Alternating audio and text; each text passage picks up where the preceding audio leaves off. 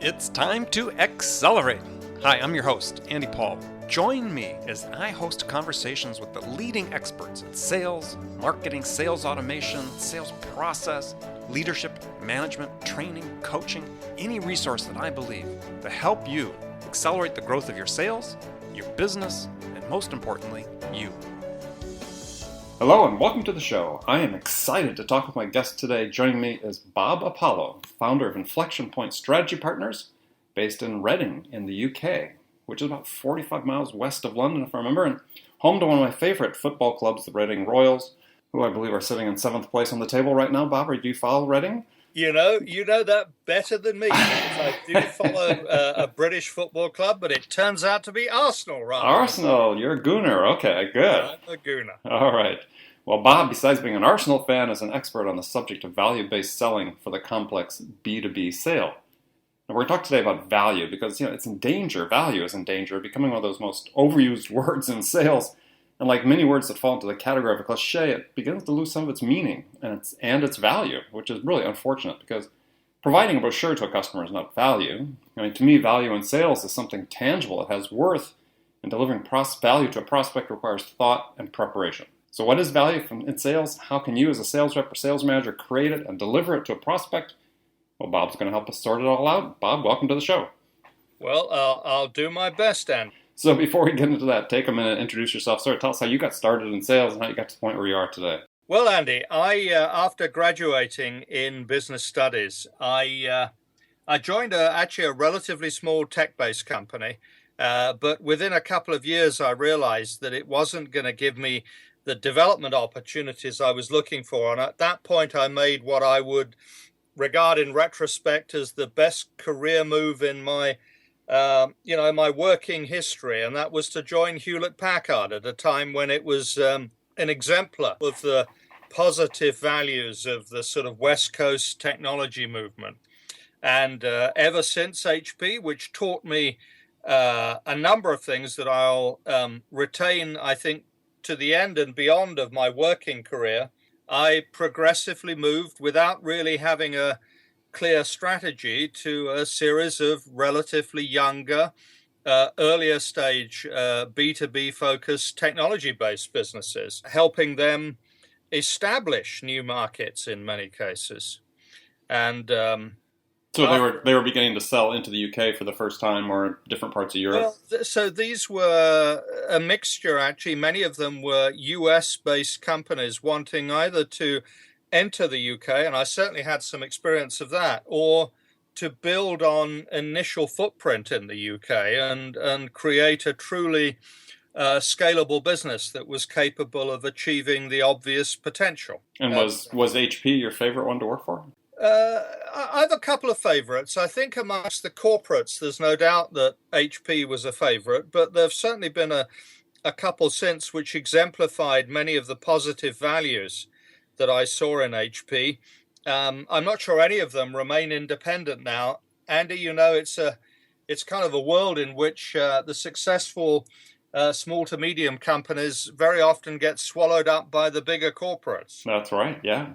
Yeah, I don't think there are any of the companies that I worked for still exist under their same names these days. So yeah. I've lived through a number of IPOs and trade sales and probably still bear the scars. Yeah, no, I can vouch for that as well. I've been sold as well as I've acquired other companies, and that's right. It's just the name of the game. So you started your own company when? So I've been involved at Inflexion Point for nearly 10 years now. I was looking back and realized that we founded the company in 2006, which was the point at which I started to gradually move away from classic corporate life. Mm-hmm. How's it going?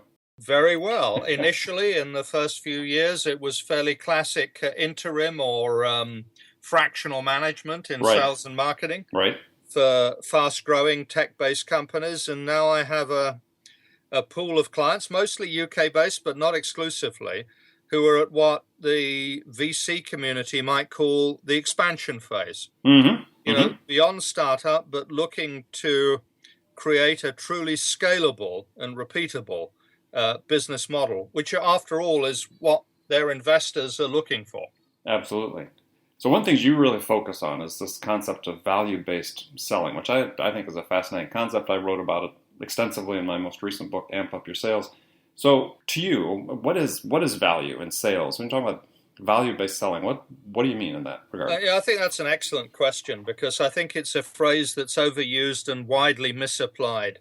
In fact, and this is not a recent phenomenon, I can remember at HP recognizing that many of the so-called value-added strategies that companies who were our competitors in the marketplace were putting forward were really nothing much more than ways of adding cost to their operation without actually delivering a worthwhile return. And so I think the whole phrase value-added strategy is unfortunately associated with all manner of baggage, including it being used as a way of companies trying to justify a higher price by promoting capabilities or functionality that in truth the customer sees no practical purpose in, and certainly would not, if they had any right mind, be prepared to pay extra money for.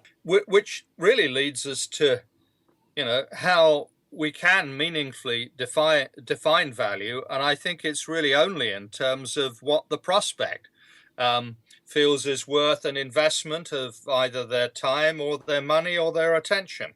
Ultimately, the prospect is the customer, Right. as they become, is the ultimate arbiter of what has value and what does not have value. So in the selling context, what has value, right? I mean, to me, I'll give you my definition just to lead it off. So, because I have a fairly simple definition, I like to break things down to its most sort of irreducible form and say value in sales is something you provide the customer, whether it's information in the form of questions or data or insights or case studies, anything that's relevant that helps them move at least one step closer to making a decision.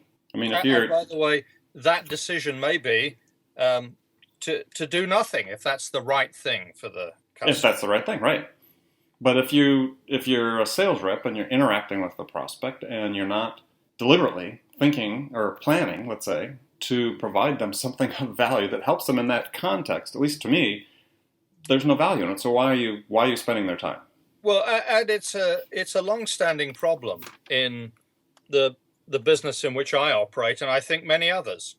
And it's that I think Forrester did a study only a few years ago, interviewing business decision makers and asking them whether their recollection of some of their recent sales meetings were a productive use of their time. And the figures, from what I recall, were pretty shocking. It was something like only 1 in 8 of meetings with salespeople, when the business decision maker looked back at it, represented a useful application of their time. And so what's the problem? Why do we think that is? Was it the salespeople were just unprepared? Well, certainly they must have been unprepared, but what were they unprepared for? I mean, were they not? So I think, and I believe the Forrester study reinforced this as well, that what these decision makers found valuable or useful in conversation was learning things. You used the word insight. I think that's become a pretty common phrase associated with effective selling, hasn't it? But they felt that during the course of this sales interaction, they learned something new. They were stimulated to think about things from a different perspective. And at the end of that interaction, they actually felt that some value had come from it. That doesn't necessarily mean always that they would have advanced in the way the salesperson wanted, into the next stage of the buying process, but that they would have found that interaction was a worthwhile use of their time, and that as a consequence, they're much more likely to be prepared to give more of their time to that salesperson going forward. Yeah, and that's in alignment with what I was talking about. I I don't think that buyers have as many distinct, or maybe have more distinct stages, let's say, than most people sort of lay out in their decision-making process. The fact that somebody was in a meeting and found something of value of it, well, that in some way is going to aid their decision-making. So that moves them forward from a position they were before, right? So that was my definition of value. It just moves them forward. Now, it creates respect, it creates trust, and it moves them forward. Exactly. So why is this so difficult? I mean, there's sort of a couple extremes we see sort of in the, the sales blogosphere, if you will. We've got our thought leadership spaces.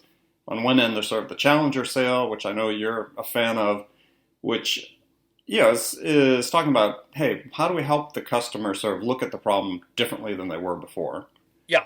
Which is certainly very valuable, but to me, it's not very scalable because I think only a small percentage of sales reps are really capable of doing that, right? They have the combination of business acumen and smarts and experience and expertise to really help the customer do that. Yet everybody's capable of providing something of value if they're really thoughtful and deliberate about it. So how do you create a culture within a sales team to be focused on value-based selling? Yeah, so I think a lot of this, Andy, is about what I'd call moving the middle. You have a relatively small group in most organizations of salespeople who are very obviously competent. I think there was a study, it might have been by Sales Benchmark Index a little while ago, that suggested that 83 or 87% of revenues were being generated by 13% of salespeople. Anyway, it was like the Pareto principle, but on steroids. But they're not really the target, I think, of these exercises, other than the following: to learn what we can about what they do well, which is teachable to the middle ground salespeople who have latent potential, but have not so far, fully realized that personal potential. And, when I work with clients, that middle ground, the sort of moving the middle, is normally a highly important and highly productive initiative. Trying to understand what it is that the top performers say and do, what they ask, what they share, and packaging it up in a way that's inherently digestible for competent, intelligent, inquisitive, middle-of-the-road salespeople who have a genuine desire to do better. I would also say that in any sales organization, there's typically also a group of low performers who simply don't have that potential, whether it is that they don't have the intellectual or emotional intelligence smarts or simply the attitudes to be capable of improving their performance. But there's normally a very big middle ground who could have much better conversations with their customers if they were coached and equipped in the right way. And so this is not, for me, just a training problem. It's a coaching challenge, and it's also a challenge to improve the conversational skills and competencies of the middle ground salespeople who've got a very obvious opportunity to do better, to deliver more value, to have better interactions with their customers, and as a consequence, as a natural consequence, to be able to sell more. Yeah, well, I think if you're a business owner or a sales manager or listening to this podcast, is you have to think about that. Oftentimes, when you bring people in to train your team, you're oftentimes focused on that upper class. I call it the upper class of salespeople, and you actually get sort of the smallest return for your investment training from them because they were always closer to their peak capacity than this broad middle you talk about. And I sort of like drawing the analogy to economic terms. It's almost like, politicians, especially in the U.S. now, we have a presidential election coming up, is everybody's talking about how we increase the prosperity of the middle class. Well, that's what you're trying to do with your sales, right? You're trying to, if you invest in making that middle group, I call the middle class of salespeople, 5 to 10% more productive, that's going to generate way more sales than focusing on trying to get another 2 or 3% productivity out the top. The maths are pretty dramatic, actually, when you look at it. And some combination of increasing the competence and effectiveness of the middle ground, probably also combined with systematic initiatives to reduce the sales cycle by eliminating avoidable delays. There's kind of a natural lower bound to many prospect organizations' decision-making process. But it's certainly true from my experience that many salespeople unnecessarily extend the decision-making schedule. Oh, yeah. By failing to interact to deliver the right value at the right point in the prospect's decision-making process. Absolutely, or in addition to which, they just there's these, I call them oral traditions that exist within sales, where people think that, geez, if I give the prospect some information about something today, I need to give them a couple days to digest it, right? And then I'll get back to them. And it really doesn't work that way for the most part these days. customers are in a hurry to make decisions. IDC did a study saying customers in the B2B space want to make decisions 40% faster. Well, they can only do that if the sales rep sells to them faster. Delivers them more the value faster, right? Exactly. Doesn't just deliver an insight, but pursues that insight. Mm-hmm. So one of my focuses with many of my clients is, there's a great swing of investment in content marketing, in thought leadership, and so on. Regrettably, the vast majority of the content that's being developed actually turns out not to lead the customer in any new direction at all.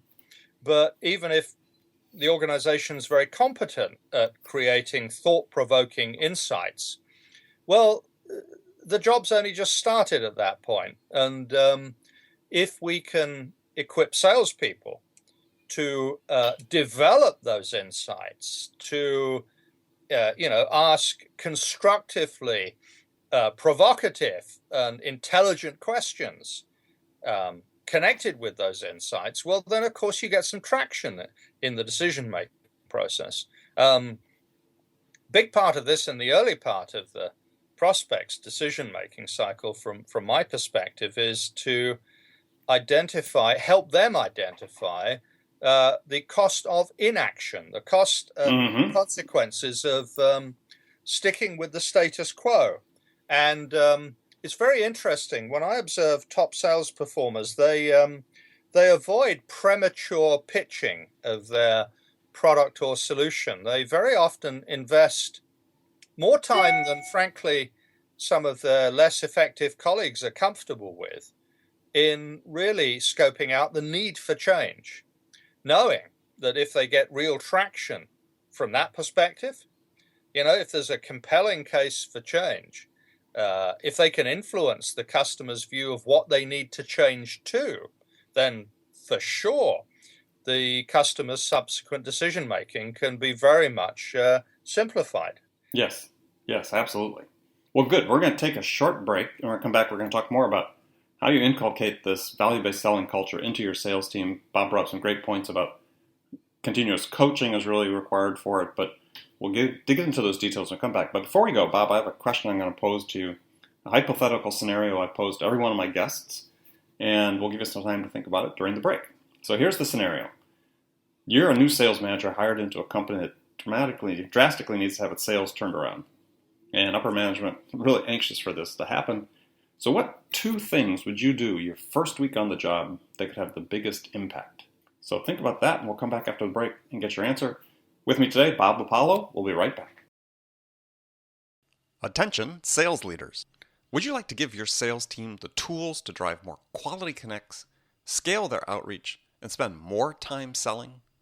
Well, you can with LiveHive. Get your ROI. Try it now at livehive.com/ROI.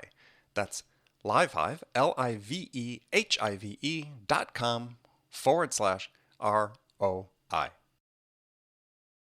Hi, this is Andy. I have a special offer for loyal listeners of Accelerate. It's a no-obligation free trial of my zero-time selling interactive online training.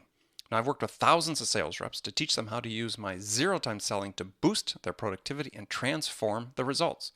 And so if you want to learn the same proven strategies to help you open more doors, have more effective sales conversations with prospects, and close more orders, then my zero-time selling interactive training system is a fit for you. It's incredibly simple to start. Just take out your smartphone and text the word TRUST, that's T-R-U-S-T, to 96,000. Now, do you have your phone ready? Send a text to 96000. That's a 9 and a 6 followed by 3 zeros. Now enter the single word message TRUST and hit send, and you hear right back from me with instructions on how to sign up for your free trial on my zero-time selling interactive training. I look forward to seeing you there.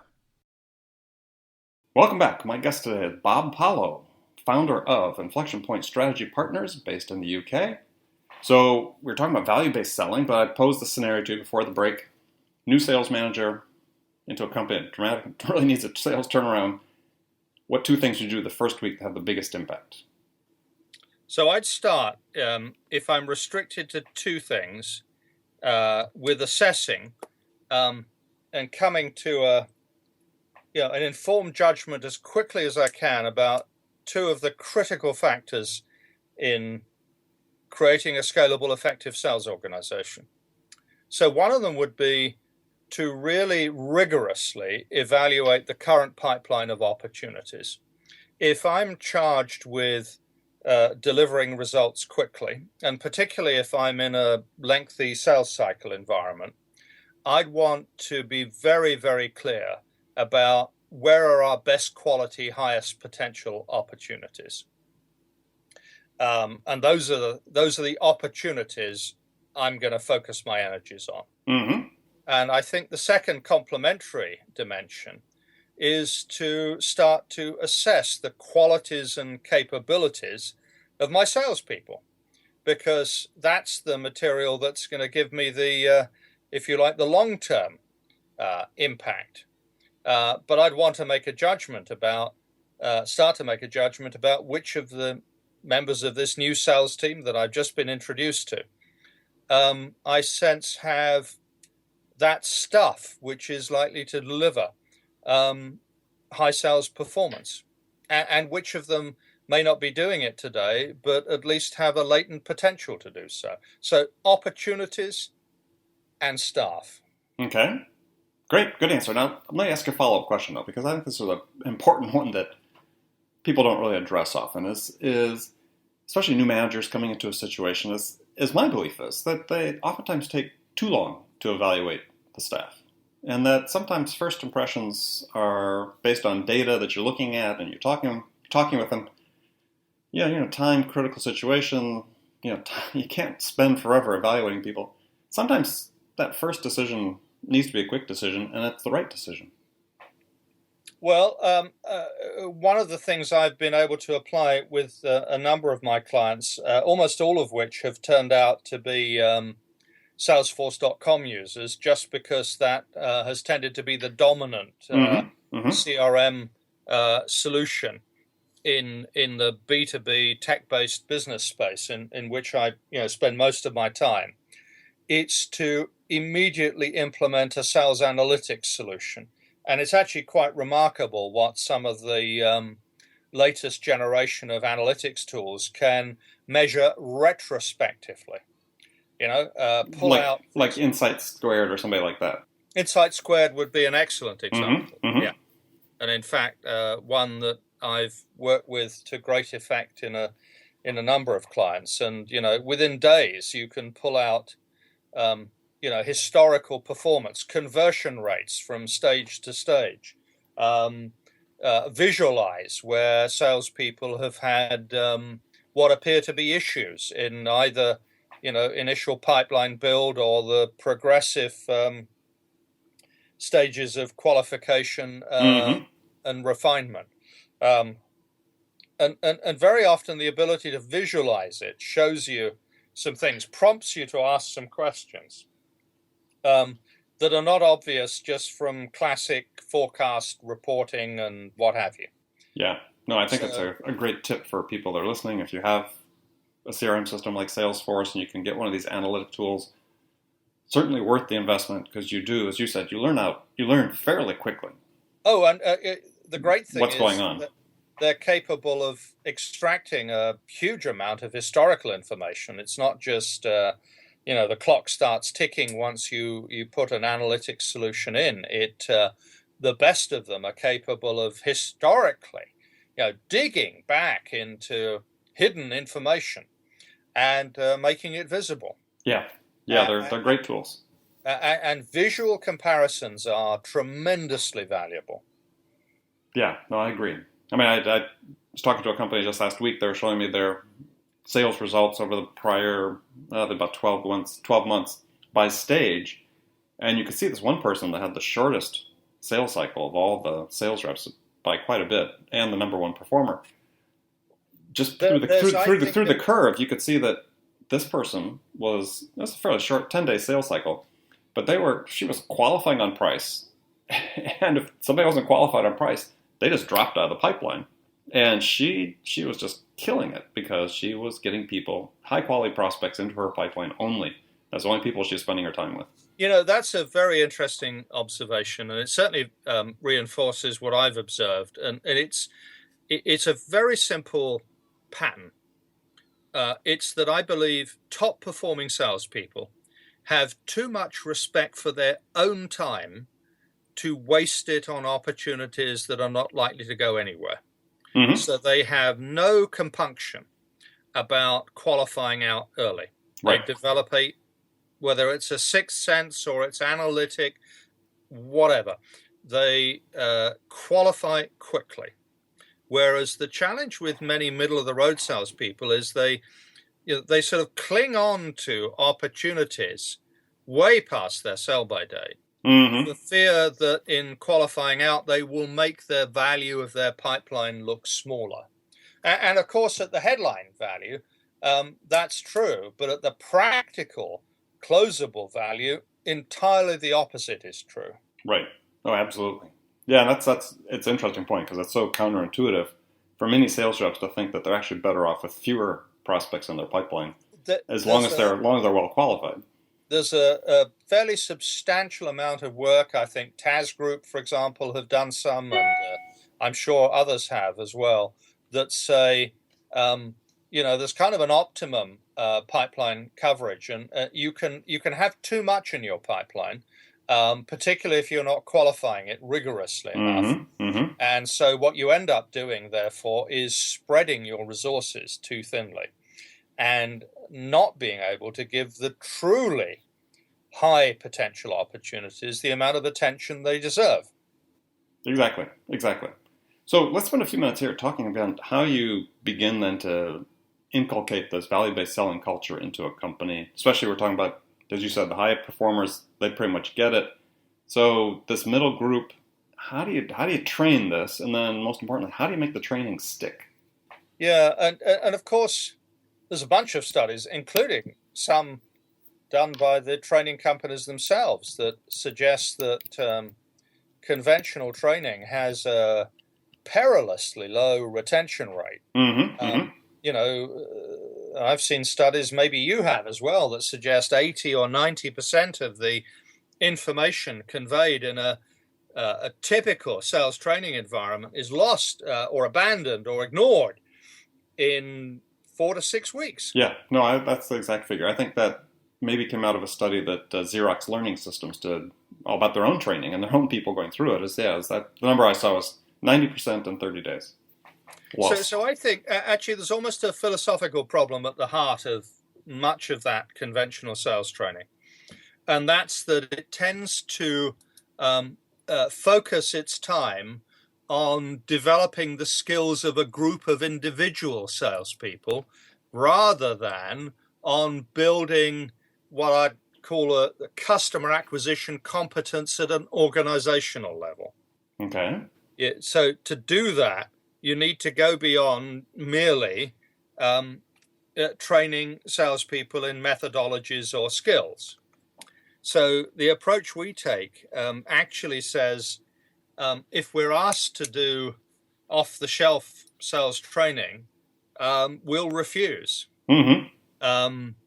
we'll only go about doing it if given an opportunity to have a sort of discovery phase during which we'll interview some of the top sales performers, but also some of the ideal customers that the company's got, to try and understand patterns of both successful sales performance, but also common patterns which can be used in qualifying the right sort of opportunities. Mm-hmm. And so before doing a day's worth of training, our goal will always be to undertake that discovery, to look for the patterns. I think one of the things that an external agency can do is to identify patterns that are very obvious to an outsider, but where you might suffer if you're inside the organization for the can't see the wood for the trees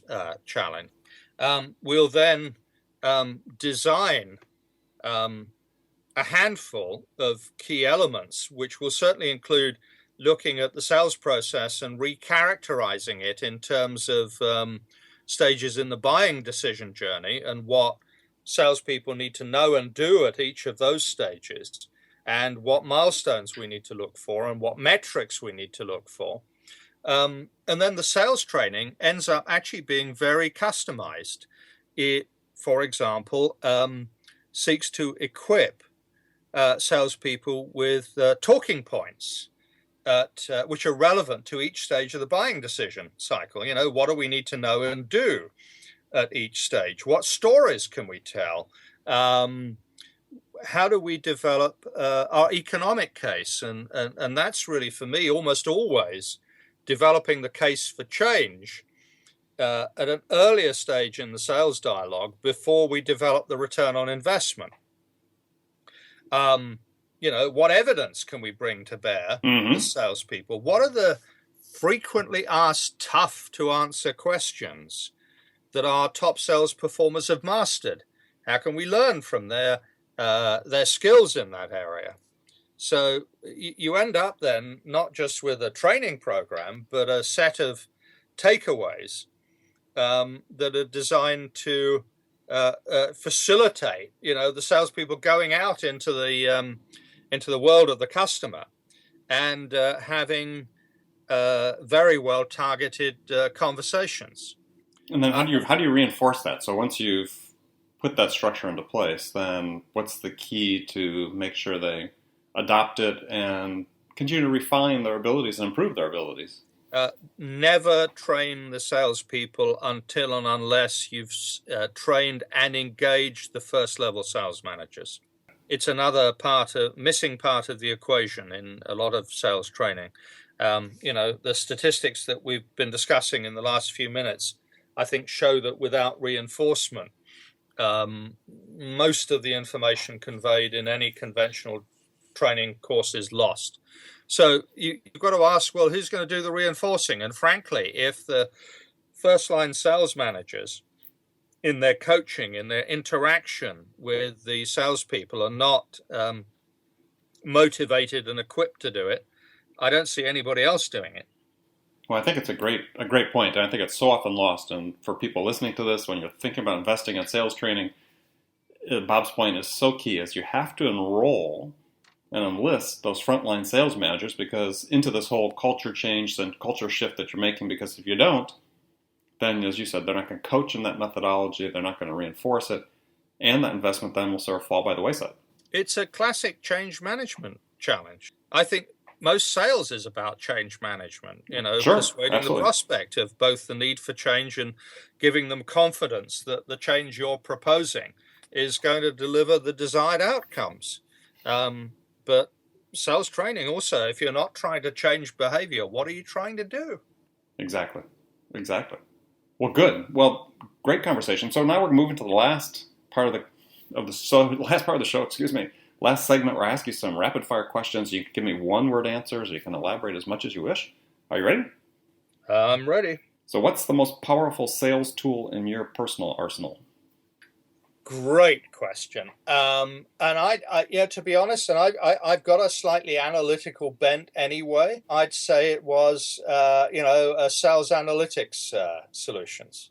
because not because it'll lead you to the answer necessarily, but that it will cause you to ask the right questions about how can we improve. Love it. So, next question.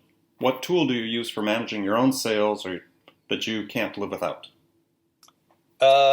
Actually, it's probably the one I really couldn't live without is, I'd say, would be LinkedIn. It's enabling me to build a reputation, communicate and target, exactly the right sort of audience. Next question. Who's your sales role model? My first manager at HP, guy called Jeff Evans, who taught me a number of things. He certainly helped me understand that sales is not merely an art, but also it's got elements of science and engineering to it. And by engineering, I mean, what are the repeatable behaviors we want to inculcate? And when it came to recruiting, he was really clear. Recruit first for attitude and behavior, and for the ability to fill in with, the experience. If you only recruit on experience and you ignore these sort of essential dimensions of attitude and behavior, you'll make more bad hiring decisions than you will good ones. Excellent advice. So next question. What's the one book, whether it's sales book or not, one book every salesperson should read? Well, you've referred to, at least one of the ones that I recommend to clients, which is Challenger Sale. I've also seen tremendous value in Aaron Ross's Predictable Revenue as a way of thinking about how to build the top of the funnel. But actually, one that I keep coming back to because it's got so much relevant thinking, even though it was published a little while ago, is Jeff Toole's Mastering the Complex Sale. All good books. Excellent book. Okay, good choice. Here's the tough question. What's your favorite music to listen to when you have to sort of pump yourself up for an important sales call or meeting? Well, I don't know whether I pump myself up very often, but I will tell you that my the ringtone on my phone is Sweet Child of Mine by Guns N' Roses. Not necessarily because I'm they're my an Axl Rose fan? Number one band, but simply because it's got such a long guitar riff that the ringtone fades before the vocals kick in. All right, that's Guns N' Roses. As I tell people, so far on our list, AC/DC's number one. Guns N' Roses is on the list certainly now, though, too. So it's great. Very good. So what's the first sales activity you do every day? Honestly, I guess, and I think it's a sales activity, is to check my email, and the second is to go to LinkedIn. Okay. No, sorry. I'll tell you what. I go to my HubSpot implementation, which actually pulls in, everybody who's either visited the site or commented on social media in the last 24 hours. Yeah, I do likewise. So, last question for you. What's the one question you get asked most frequently by salespeople? That is a great question. And I wish I could give you a top-of-the-head slick answer to that. I mean, it's mostly variations of, at least if I'm talking to somebody who wants to learn, it's, how they can win more business. And my response to that normally, and it rather neatly closes the loop, is to, find ways of delivering true value to your customers and your prospects. It's a great answer. All right, well, I want to thank you for joining me today. My guest has been Bob Apollo, founder of Inflexion-Point Strategy Partners based in the UK, just outside London. Bob, tell folks how they can find out more about you. About me? Yeah, or the company. Well, so I can be found at the Inflexion Point website. That's pretty straightforward. www.inflexion with an X, inflexion-point.com. I've thoroughly enjoyed the career I've had in corporate life, but I tell you, I'm enjoying even more now working with the sort of growth phase companies, the expansion phase companies that, are my current client portfolio. Mm-hmm. My philosophy is fairly straightforward. I think there are more than enough excellent sales trainers, sales coaches. There are many very competent marketing agencies. I think what organizations are going to need today, and are increasingly going to need, is to blend, to bridge the marketing message with the sales conversation. And that's probably where to be honest, I mean, it's great coaching salespeople and seeing them grow, but also seeing that coherence, that sort of alignment across sales and marketing. When it happens, it has such a powerful impact, not just on results, but how good people feel about working for an organization. Yeah, I agree. No, that's a good point. When all the pieces are working in tandem, it makes a big difference in how people all perceive. Pointed in the right direction, all sharing a same philosophy. Actually, even better, all rewarded for achieving the right level of success. Right. Well, good. Well, Bob, thank you very much. And I remember people who are listening here to us today, make it a part of your day every day to deliberately learn something new to accelerate your success. And subscribing to this podcast is an easy way to do that. That way you'll make sure you don't miss any of our conversations with top business experts like our guest today, Bob Apollo, who share their experience and expertise about how to accelerate the growth of your business. So thanks for joining us. And until next time, this is Andy Paul. Good selling, everyone. Thanks for listening to the show. If you like what you heard and want to make sure you don't miss any upcoming episodes, please subscribe to this podcast on iTunes or Stitcher.com. For more information about today's guest, visit my website at andypaul.com.